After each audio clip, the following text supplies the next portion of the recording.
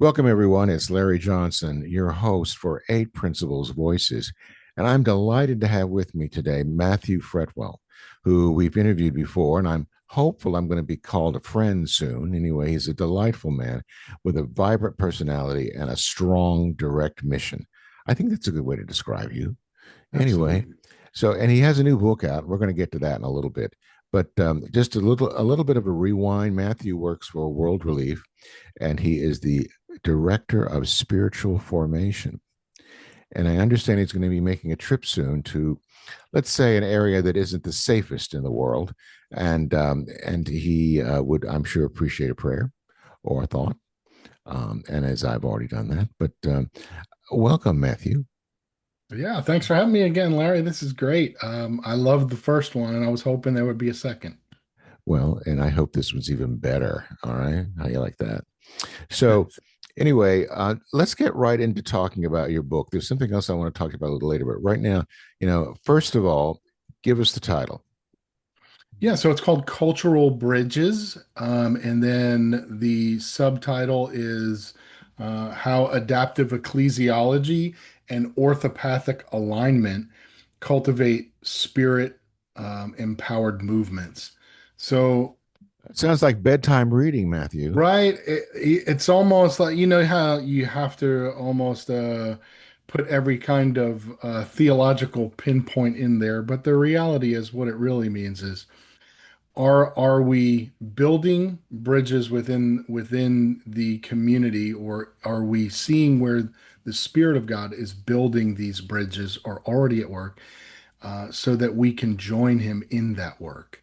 And we do that by innovative, creative, imaginative, and thought-provoking ways, introspective, wanting to join the Spirit. And we have plenty of biblical understanding and references to why that's important, and even extra biblical movements of God that have happened, whether it be Saint Patrick or under Mao Zedong, or they're just almost all the same characteristics occur. And so it was something important for me, not just as a practitioner, church planner, but as someone who teaches in the academic field, church planning, but also as a director of spiritual formation, because I think one of the areas that has been neglected is orthopathy, and so we can kind of discuss and unpack that. But I think we would agree that orthodoxy, which is ortho meaning right, so right doctrines or right beliefs, we have those, which are the way we center within the gospel, not tertiary, but our centeredness in what we all believe to be true. And then orthopraxy, which is how we live that out. And then we have orthopathy, which is the right alignment with the Spirit of God, to produce fruitful behavior and actions. And when those three align, we'll have what I call missional alignment. And it's not something new. John Wesley taught about orthopathy because he just started asking questions like, hey, if we have right doctrine and we do have right practices, shouldn't we have right spirit as well? And so I sort of explain some of that more throughout the book, but I think it's more of a practice or practical methodology than it is an academic practice. So, what was the motive for the book? And what I want you to do there is, when did you first get the idea, and how did it grow into a book? Okay. Because it is a work that took about 4 years Uh to huh. complete. It's definitely my tome. It's one of those books that I've been working on. And I had a lot of students over the years that would take my courses, and I would teach this, and they would say, where can we find this in print? And I would say, nowhere. It didn't exist. Take good notes. Yeah, and but it bothered me that it didn't exist. But then I met a guy who then who really was sort of the formation on this, Michael Cooper, Dr. Cooper. He's just phenomenal at missional work, archaeology, and branching the two. And he addressed one time about adaptive ecclesiology. And when he did, it was like a switch went off. And I thought that is the connection. That is what orthopathic alignment wants to do. It wants to Mhm. bridge the adaptive ecclesiology. Now, that sounds um it Terribly sounds like, academic. yeah, the big $20 words, right? That are there. But if I'm just going to unpack that, for me, the book is showing us how the Spirit of God is at work. For instance, when Peter is when he's sitting on the top of the tanner's house, the Spirit of God says to him, Peter, arise, kill, and eat. And he obviously says, no, not so, Lord. I've never done anything like that. I've never killed anything and eaten anything unclean. And then the Spirit of the Lord says, there's someone at the door. I want you to go down and see them. So we know that the Spirit is at work building this bridge to Cornelius, who is a Roman centurion. Now he gets to the house, and the centurion says, okay, I saw this vision. He explains to him, and he says, now speak. And of course, Peter's probably a little bit bewildered, and he says, "Oh, I didn't prepare a speech. I didn't know I was going to say anything, but now I see what God was doing." Or with Paul, right? Paul is in Acts 16 is on a missionary church planting journey to modern day Turkey, which would be about Asia Minor. And I'm quite certain that Paul would have prayed and made plans and decided this was would have been on his about his second church planting journey. I believe it's probably his third or fourth, but most scholars would say second. Anyway, it's he's not a novice. This is not his first kind of rodeo. And on the way, the Spirit of the Lord meets him and says, "Wrong way. You need to go to Macedonia." Now, is it that Paul just didn't get it? Is that Paul, what he was doing was incorrect? No, I think this is what we're talking about with the orthopathic alignment is the right alignment with the Spirit, where the Spirit is creating this cultural bridge for us. And we're seeing, we're hearing, we're communicating not just with the Spirit, but with culture to understand its hurts, its pains, its idolatries, so that we can engage in these gospel conversations with them. And so Paul reroutes. He reroutes and changes, but not right away. At first he says no. Then the Lord reminds him again and he says no. Well, And then he has a dream and he Paul says, was never overly cooperative. He was sort of had his own ideas about things. but But so did Peter, right? well, yes, let's rewind a minute though. Yeah. When you started to write this book, did you have an audience in mind? It's my heart and passion. Obviously, Yeah. obviously. While I think that it can be viewed as academic, when I'm in my Bible study with just regular guys, like tomorrow morning, Friday morning, when I go to do my normal with just some everyday regular guys, I talk to them about this. Like this is how passionate I feel like every person should understand the value of these things and how they connect. For instance, So it's your passion, it's it your labor is of be love. That's what you're telling me. it is because if we don't, this is a part of one of the chapters that I have. Theology drives missiology, right? And that all that means is our understanding of God propels the mission that we fulfill, God's Mhm. mission. And when it's skewed, when it's distorted, the mission of God is distorted. So I tend to say the Missio Trinitas so that people understand that the mission of God has always been a Trinitarian movement. And the Bible itself is not disconnected, but it's a meta narrative, a grand narrative Mhm. story. It Yes. starts with a garden, ends with a city, starts with a serpent, ends with a dragon.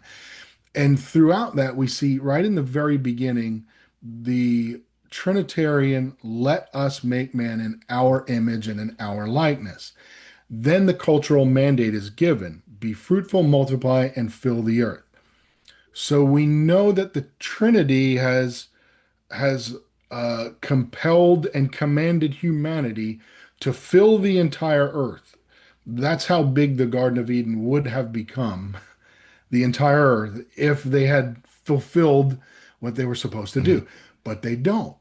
Well, you keep going forward in throughout Genesis, and you'll find over and over the commands that are it's given to Abraham, it's given to Noah, it's given through Isaac, and it's be fruitful, multiply.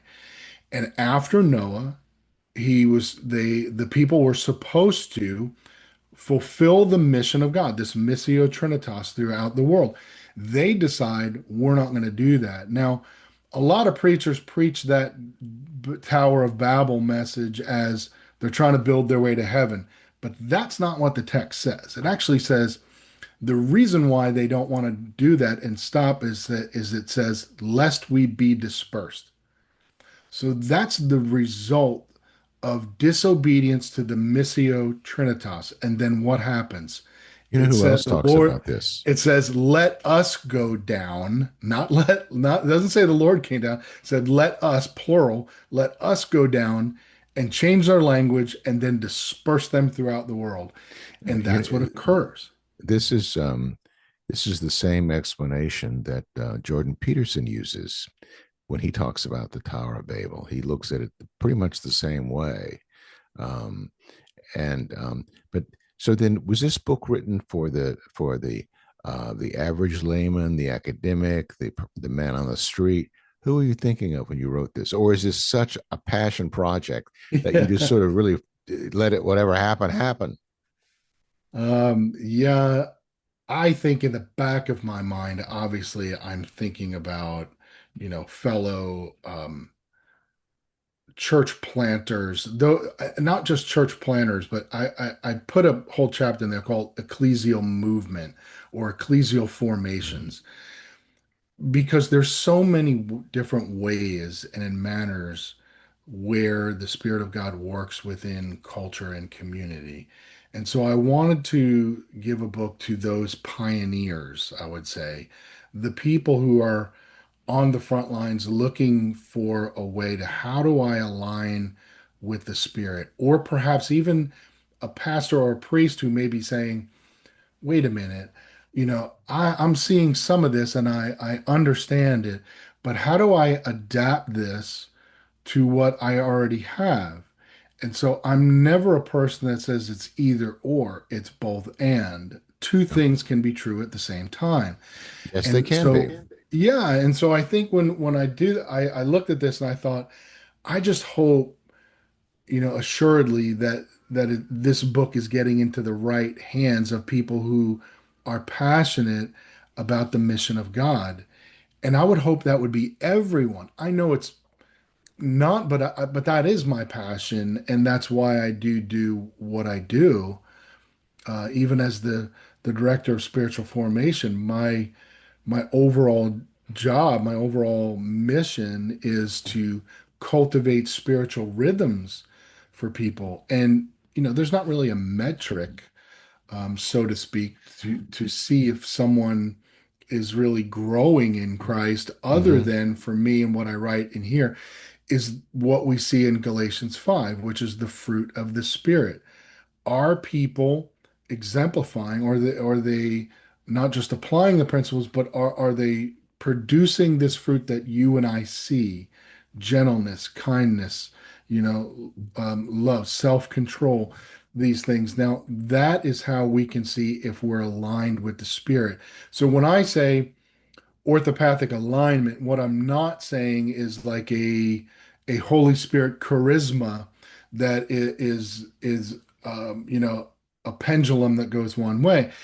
I think, and I write this in the book, a lot of us grew up where either our orthodoxy was strong or the orthopraxy was strong, meaning either the beliefs and doctrine were really strong, but the church really wasn't really good at practice, wasn't really good at really engaging the community. Or they were really good at maybe emotion and feeling and Holy Spirit, charisma, but no doctrine, right? And Yeah. so how do we align that? Now, I don't say it's easy, but I'm saying this is what we see that the early church is striving for. I don't even know if we can pin it on one of the churches. Maybe there are, because I talk about that too. As a matter of fact, I go through all the early churches in form, in context, where they were, what they worshiped, what they did, and how their alignment would have been a little bit different in building cultural bridges. Well, that's remarkable in and of itself that you could cover that much of the waterfront. So then you're telling me that an average adult could pick this up and get value out of it, is what you're telling me. I believe they would be absolutely illuminated. Okay. That's what I Yeah. wanted to hear. That's what I want to know. So Yeah. how long has it been out? It's only been out now for about a month, I believe. And Is it yeah, the on first Amazon? first 2 weeks. So there was no launch date. I didn't contact a bunch of people and say, "Hey, make sure you like the book," or "I'm going to Yeah. be launching it tomorrow." I didn't tell anybody it was coming out. I hid it until the last moment, and then once it was released, then I just put out a notice on LinkedIn and one on Facebook. That is the only social media I have. I got rid of all my other social media just because it So was then time it's on consuming. it's on Amazon now. It is, and it was trending within the top new seller for the first 2 weeks that I had to equate it just as a God movement because Well, I yeah. didn't tell anybody. I mean, it was Well, and only people. Yeah, it's not exactly sex, drugs, and rock and yeah. roll either. So Yeah, look, there's nothing about this that says "buy me," right? I no, mean, that's one of no. the biggest titles. You, Yeah, yeah. I know when I wrote A Principles, the publisher demanded control over the title. right. Yeah. They demanded control over the cover. Now they did a good job for me because, but yeah, they and we know what will make someone buy this book, Larry. Okay, fine. So Right. anyway, it's a successful launch, couple of weeks, 3 weeks, whatever, and so you're going no, I can't say where you're going, but anyway, you're going into this trip. Be gone a couple of weeks. I'm going to shift gears just a little bit. Yeah. Let's look not so far afield, and let's look at what's happening in our country on the political landscape, specifically regarding the assassination of Mr. Kirk last week. Mhm. I'm sure that hit you rather hard as it hit me hard. It was unexpected. I knew him or knew of him, and I'd seen some of his appearances. I didn't know that he was such a strong believer till after the fact. I guess I hadn't been paying attention, um, and but I knew that his aim was college campuses.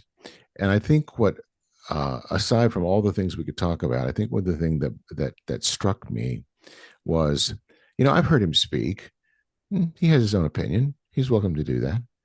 I didn't find him particularly provocative or incendiary, and yet that's how he was taken by some of the more, shall we say, virulent elements of our society. Now that this has happened, how do you think we're going to see things move forward with regard to faith in young people?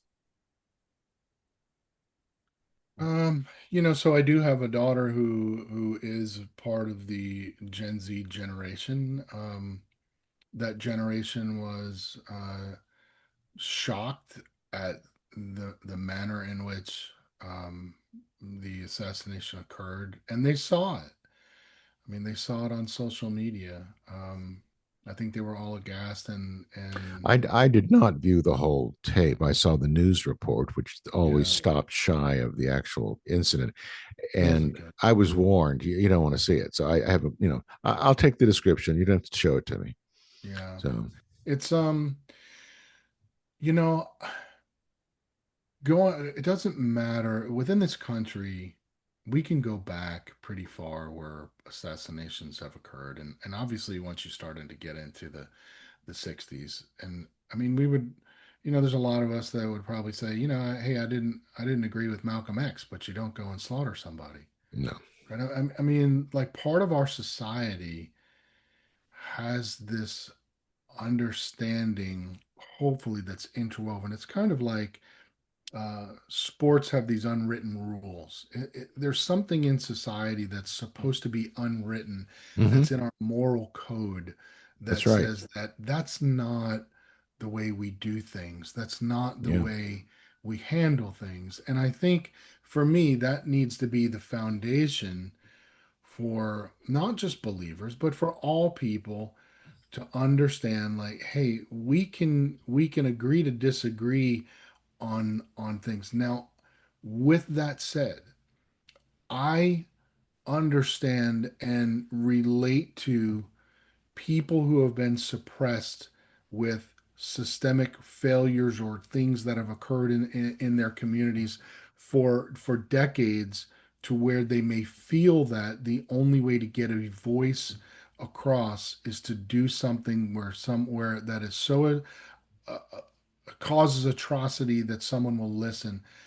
I Mhm. understand. I'm not saying it's okay. What I'm saying is I can fathom that thought, but it doesn't make it right. And within that thinking, we have a country that's polarized. And this Yeah. Gen Z generation, I was just having this conversation with my daughter, that they've seen it all.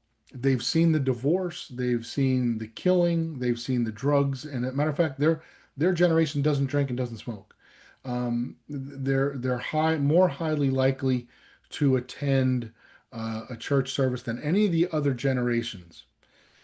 And I think one of the things that's happening is that they're noticing the brokenness, and also they were brought up in social media with these polarizing thoughts.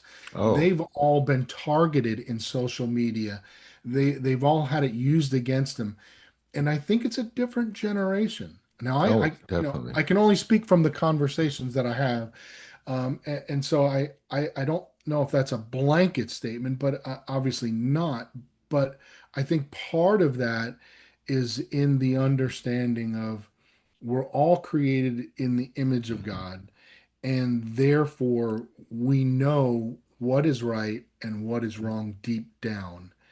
And that's Yes. something compelling to this younger Yeah. generation that I would hope. You and I've talked about this before. Like, my politics is smack dab in the middle. Like, I'm not on that either side. Yeah. And in all honesty, if I were, I'm like you. Like, would honestly say, before you, I never heard Charlie Kirk really speak an event. I never Yeah. sat and watched one. I knew of him, but I can't speak into someone tells me he said X, Y, or Z. I can't defend, or I can't make an excuse, because I really didn't see it unless someone has seen it. What I try to do is just say, look, in the manner in which he was slaughtered, that's what I want to address. Hmm. Whether it's the the political leader from Minnesota, or whether this is just, it's gone too far Yeah. in not listening, and instead just saying, well, this is violence is going to be the only way we're going to do it. But this is something that's been in America forever. That's part of our Absolutely. it's part of our rebellious nature and who we are. We can go all the way back to the colonialists. So I don't know if the polarization is going to change, but what I can say is I think we could have a generation of young people that may turn the tide. We may have that sooner rather than later. There's um, this week, um, the president was in Britain today and yesterday, and there was a lot said about the special relationship we have with that country. And it was pointed out that they're the mother country and we're their children, and we split away, but we went on and made a better thing than what they had already. and we've remained, close as a result of that. So I see that. Um, what I was going to comment though is that the one thing that is different. I lived through um, the assassinations of the '60s. I Mm. remember Kennedy, both John and Robert and Martin King and these people. The thing that I find fundamentally different that I think will have to remain to be seen is the absence or presence of social media, Right. where uh, it the social media obviously is a quite an accelerant. It is. Um, and is it simply going to change the volume, or is it going to change the character of what you're seeing? People are, I mean, even my children, it's only the youngest one that had any sort of acquaintance with that. They all grew up without, smartphones or what Right. have you. And I think they're better for it, quite frankly. But that's my personal opinion. How many Yeah. children do you have, Matthew? I have three. Yeah, three Okay. daughters. One's 31, one's 30, and one's 17. But yeah, I would now I grew up with brothers, so for me, and I wasn't always the spiritual director. So, I grew up in a time where I kind of agree with Mike Tyson, where he says like, everyone has a plan until you punch them in the mouth, right? Mm-hmm. And I will say that now, like I don't like violence like within that, and I don't think violence works, but we do have a generation that there's so much vitriol that is put on social media. And I'm like, I can obviously see that no one has ever, you know, like for me, my father used to pick a switch and he would say, you go outside, pick it, and if it doesn't sing, I'm going to go get one. And I can remember getting the switch when I was a kid. Do I Oh, believe yes. like all parents should beat their kids? No, obviously there's a ton of that that's going on too. However, I'm just saying, like, there are some fundamentals, though, that I think have escaped our society to where the borders, or at least the parameters have been changed. So, for instance, you would probably agree with me. When I was growing up, if I did wrong in my neighborhood, I had like a neighbor or something grab me. You know, Oh, yes. There was I mean, it wasn't accountability. just my parents that I was worried about. I was worried about, yeah, You were a known person. There was accountability. Mm-hmm. yeah. So, In the and I knew community. that like my neighbor could spank me and then send me home and then I get it even worse. Right. I mean, like that, Mm-hmm. you didn't act a fool, somewhere that presented. My father said, the one thing you have is your name. You can't change that. You Yeah. have to make that good. Now, there were definitely times where I did not. And by the grace of God, I am who I am, as Paul says, and thank the good Lord for that. And, Um, and, but and, I would say I still knew right from wrong. yeah. Um, yeah. Did I have fist fights? Yes, absolutely. I had fist fights. Never did I ever think about pulling out a weapon and killing someone, though. Yeah. There was sort of But there's there a was real an end. heavy, yeah, there were limits. There was a cap on the Yes, violence. it Everyone knew was. what was acceptable Hmm. and what wasn't acceptable. And when I was in school, something that was unacceptable was some guy bringing a knife to school, Right. which, by the way, That's can right. be just as deadly as a gun, That's right. but only in a smaller way. You can't kill as many people at once. But I well, of course, didn't even think of someone bringing a gun to school. I mean, that was like Right. you just don't do that, That's you know. right. And and as you said, there's the neighborhood enforcers. They're always there, and Which is a good thing. well, it is.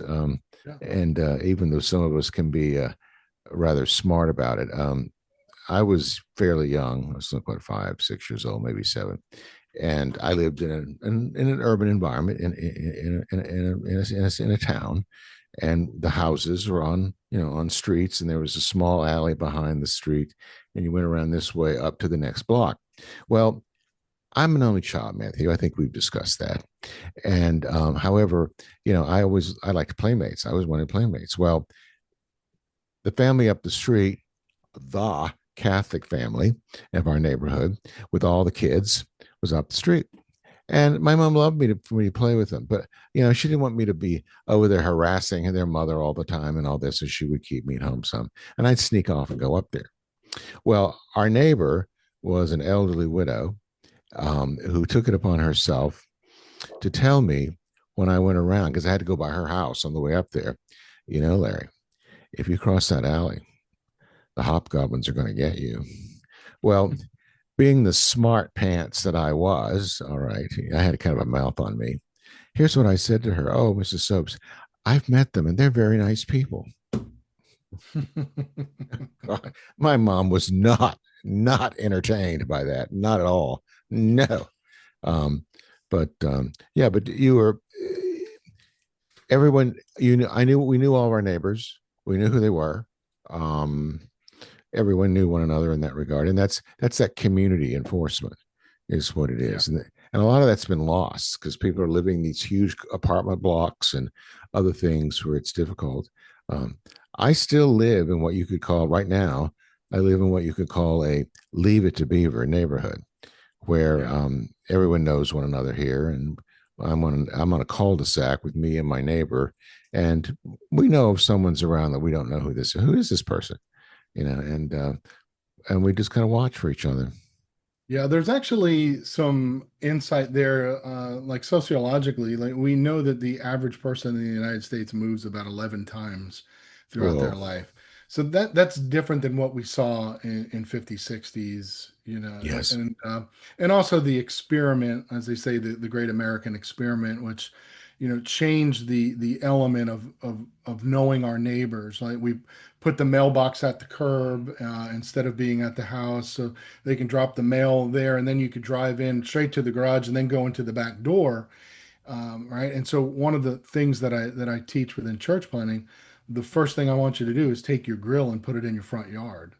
Like if you're going to grill, you're going to grill for your neighbors, right? These are who you need to know. But Put a we have block picnic table out. parties, and Matthew. We have block parties, and Yeah, uh, but you see like that, yeah, but that's something I think that we miss, and something that social media has the division because we don't actually get to know someone. And so with, like I said before, the vitriol, the language that we use is because we really don't know the person. Like I made a comment about the New York Yankees the other day, and someone like quit back, and it was very rude, and I was like, and I just messaged back and I said, I'm so sorry that you're having a bad day today. And I I'm said, I hope sorry you you're have a having better a one. bad day. Yeah, I hope you have a better one. Like I'm not going to engage in an argument on it, but that's where someone doesn't know you or know your soul or know anything about you, and yet can speak so harshly.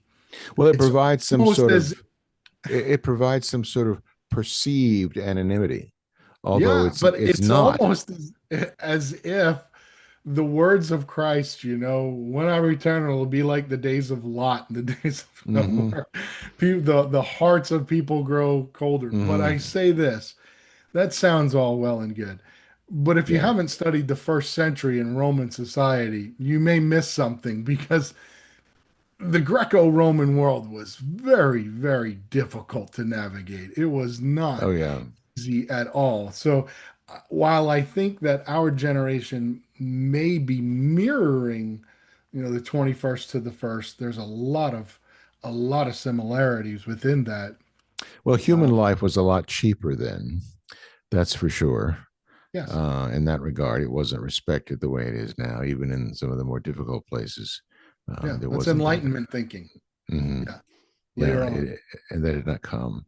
The other thing I think is interesting, every once in a while, you'll see these articles where they've uncovered a Roman bath or something, and the technology that is like the thermal floors, plumbing, all these things, and then after the fall of the empire, much of that was simply lost, Yeah, and people went into that period of the Dark Ages where it was like almost living in caves again.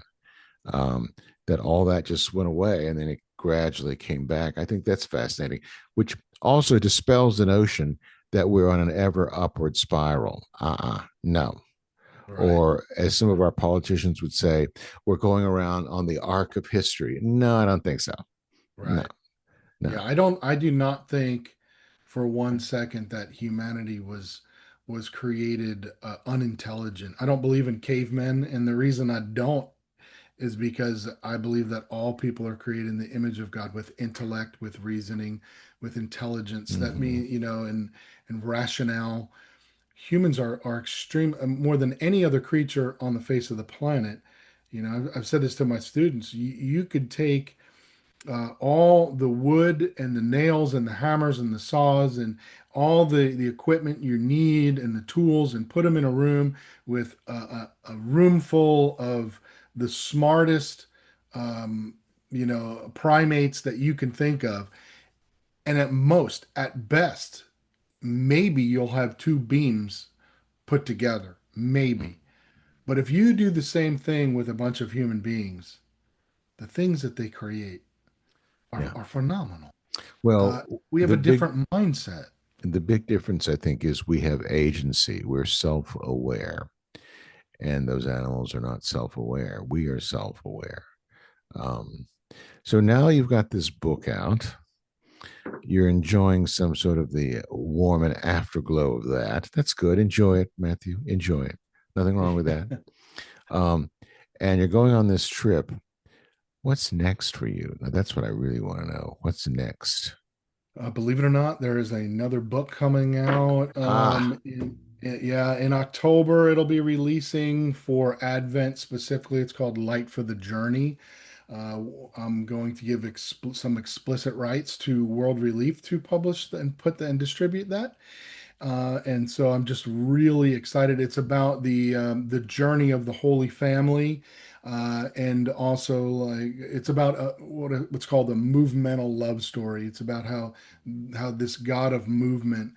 You have astronomers that move to see the Messiah, the shepherds who move to see the Messiah who moves with his family, and then back forth, and so it's just a great narrative. I wrote it. I write it more in an immersive style writing, Mhm. so it's more of my style writing than this book is. And even though I tried to really keep this in an immersive style, because that's how I write, I wanted to make it a tiny bit more informative than I would. But this new book, yeah, that one, I really look for it to be informative to people who may have a view of Jesus as not someone who was um, um, understanding the plight of being a refugee and moving from place to place. He experienced it and lived it, and just hoping that it opens hearts and minds to Mhm. Well, understanding our humanity, well, if you will. Jesus was a member of a people that had been the world's kicking boy for a couple of millennia by then. Yeah, They were still living in their home, their ancestral country, but they'd been kicked around, in just a few years, 60 or 70 years, it would be the diaspora. Britain right. would come, Britain, what am I saying? Rome would come and destroy the temple and disperse them. They'd had enough, so to speak. But I was going to say something with regard to that. I lost my thought, Matthew. But we were talking about My next move. this, your next move, Yeah. and what you're thinking. Um, oh, that Jesus was well aware of disruption in people's lives. He was aware of the disruption, instability in the people around him. So it wasn't as though, I mean, yeah, and I don't know what your theory is of the incarnation, but I tend to think, of course, we know what it says: fully God, Right. fully human. All right, fine. What does that really mean? Well, I tend to think that Jesus, the human person of Jesus, um, is the only fully realized, or actualized, I should say, actualized individual that ever lived on the earth. In other words, he he lived the life that we were intended to live, but were condemned not to live after sin entered the world. And so that's sort of what I think of Jesus being. He's sort of the fully actualized man, because we said he's sinless, but he's fully human. And Right. so that's how I see him. It's like, oh, so this is what men would have looked like if it had not been for sin. This is how they would have behaved had it not been for sin. That's the way I tend to look at it. Uh, Yeah, well, the only difference is that he actually experiences death, which changes it. Now, of course, Enoch, we're told, is just translated, and all Bible translators look at that and just say he was no more. Like we're not really sure whether God is just taking him and translated him, and what does that entail? Of course, there are a lot more context depending on some forms of doctrine, the way you look mhm, at it. But it's same thing with Elijah. Elijah's taken up in a whirlwind as Elisha watches. So we have these individuals that are taken up to be with God, but the difference is they don't experience death. Jesus, being fully God and fully man, experiences death and overcomes death and the grave, and then is brought to life. And in that sense, he is the cosmic king and ruler, and all authority is given to him for that. And so that's the difference, is that we not only have, as the writers of scripture say, a an intercessory person in between us, an advocate, but we have someone who understands and relates to us because he lived, ate, walked, talked, mhm. laughed, cried, Absolutely. did everything with like, and to think sometimes hurts your mind. I think that this Really? creator, It hurt. Yeah. Some you people know, haven't done it for years, Matthew. yeah. I mean, I mean, it's mind-boggling that a creator could have come as um, anything. He could have come as haven't an alien. He could have come as whatever he wanted to come as. haven't you heard the jokes? Oh, I can't think too much. I get a headache. I mean, Yeah. I prefer not to think too much. I get a headache. But yes, in fact, one of my idle things that I think about is if Jesus were to come to Earth today as a 21st century man, obviously, and we're told that he was fully human and fully divine, what would he look like? How would he appear to us? And would we even pick up on the fact that he was somewhat different than us? Because he obviously fit into first century society. He'd fit into this society. More than likely, he'd be a working class dude because he was a working class dude then. Um, he wouldn't have been ugly, but he wouldn't have been a male model either. Um, so, he would have been perfectly ordinary in many respects, um, Yeah. except when he opened his mouth. And I'll give you an example. I'm going to tell him myself here, if you don't mind. Um, I have a motorcycle. I think I may have mentioned that to you. I have a Fat Boy, and I really enjoy riding it. And I took it up when I moved out west. Well, I have my bald head, as you can see. You have one just like it, and I have the big honking leather jacket and the big bike and the black glasses, and I do wear a helmet when I ride it, but I've got a picture of me sitting on this thing with my bald head and these black glasses and the leather. And my youngest daughter says to my wife at one point, she says, Daddy looks really badass till he opens his mouth and Yale comes out. So I've often wondered about that, that Jesus may have looked a certain way and may have sort of had us people would have a certain sort of made assumptions about him just looking at him, but yet when he opened his mouth there was a whole different understanding of what was there. Right. And when he was in the temple, who is this guy? How does he know all this stuff? Yeah, that was like, we don't get this man didn't come out of the learned class. He doesn't have a theological Mhm. education that we know of. um Right. where is it? I've often toyed with that idea. Would we also reject Jesus only in the 21st century? Yeah, I think the difference obviously would have been the social media element, and the element that we're not supposed to know what he looks like. Because if we did, that would be what we worship, someone who Right. looks like that. Well, and So he we're, came we're at, told we're at the told that his perfect time. appearance was unremarkable, Yeah, so he he wouldn't he have. came at the perfect time in history. That's what we're told. and there's reason for that. But we're also told people just marveled at everything he said, and the Hmm. things that he did, the miracles he did. If that's posted on social media, that goes viral real fast when you start. So I don't even know. I don't think it would be any good, to be honest with you. I would still see that there would be people. We talked about the Charlie Kirk incident. There would be people that would want to put him to death, without a doubt. I would agree. Without a doubt. You, as I like to say to people, you don't crucify Mister Rogers. You've got to generate some serious enemies. So he wasn't a go along to get along kind of guy. He No. had very specific ideas, and you're correct in the sense that it was a perfect timing in the world. First of all, you had the confluence of the Jewish world, the Hellenistic world, coming from Plato, that direction. And then you had the Roman Empire, which for the first time had an incredible transportation system that Right. allowed the message to be spread very rapidly throughout the entire empire. That's the first time in history that had been available, is that you could go to the full reaches of all the known world, because one empire controlled it, and there was this incredible Yeah. transportation system that they had. Knowing, let me just say this for a moment too. No, I was thinking about knowing what I said and knowing how social media is. In no way, shape, or form was I equating Charlie Kirk with Jesus. So I Oh, I wasn't. know that. And yeah, you know how people, Oh, oh, this is what he said on this. I was making the point, and I would say this: even if Aristotle or Plato or one of the, were here, people would try to kill him too.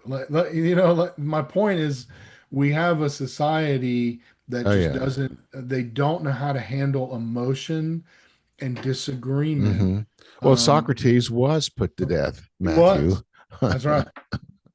Right. Oh, yeah. Oh, my goodness. Yeah. Well, and no, I didn't mean to imply that. I didn't say anything that gave wind to that. I hope anyway. No, Um, so okay. clarifying. Um, um, wow. Well, is there anything you want to add, Matthew? We could talk a little longer, but I think probably people might be bored with us. But we'd be entertained. But I don't know about them. But anything else you want to add? Oh, Matthew, I think you are frozen on me, sir. Uh-oh. You there? Can you see? Are you there? Are you there? Uh, Ladies and gentlemen, it looks like we've lost him for a moment. Hope he comes back on. Uh, there he is. Up. Nope. It's All still right. there. Okay. We Before had it storms dies come through, again, so I think uh, something had to do with my internet. Yeah, see, sorry about that. that's what happens when you live in the Midwest, Matthew. You know, we don't have that out here in the Rockies. Yeah, I'm in Virginia Beach. I'm all the way on the coast. Ah, okay. Well, I can't complain then. All right, Yeah. but you're just having a hurricane instead, right? I'm just kidding. We did Um, yesterday. Yeah, 2 days ago was like we had 11 inches of rain in 7 hours. It was pretty bad. People here would absolutely go bonsai, because our total rainfall for the year is 9 inches, and so you get an idea of what we're doing here. Yeah, it flooded, but you live on sand and it just Goes right in. it goes Well, right. anyway, I want to thank you for Thank there you. again giving me more of your time. I'm glad we were able to share about your book. We will do this again. I just love Amen. talking to you. And Excellent. so Me too. when this other book comes along, and I want to hear about your trip once you return to the land of the living. We'll do Uh, that. We can okay. do that. Because one thing I like about you, Matthew, is you have a keen anthropological sense where you're looking at how men and women relate to one another, the situation they find themselves in, and of course, the commonality of the human condition. We're Yeah. all, as Lewis would say, sons of Adam and daughters of Eve. That's good. But Yeah. thank you very much. Yeah. Thank Ladies and you. gentlemen, we've had another wonderful conversation with Matthew Fretwell and myself, and I've just thoroughly enjoyed this. I hope you've found this time to be of use on your own self. You can always reach me at larry@the8principles.com for any of our guests, and I hope you'll tune in next week. Thank you for tuning in.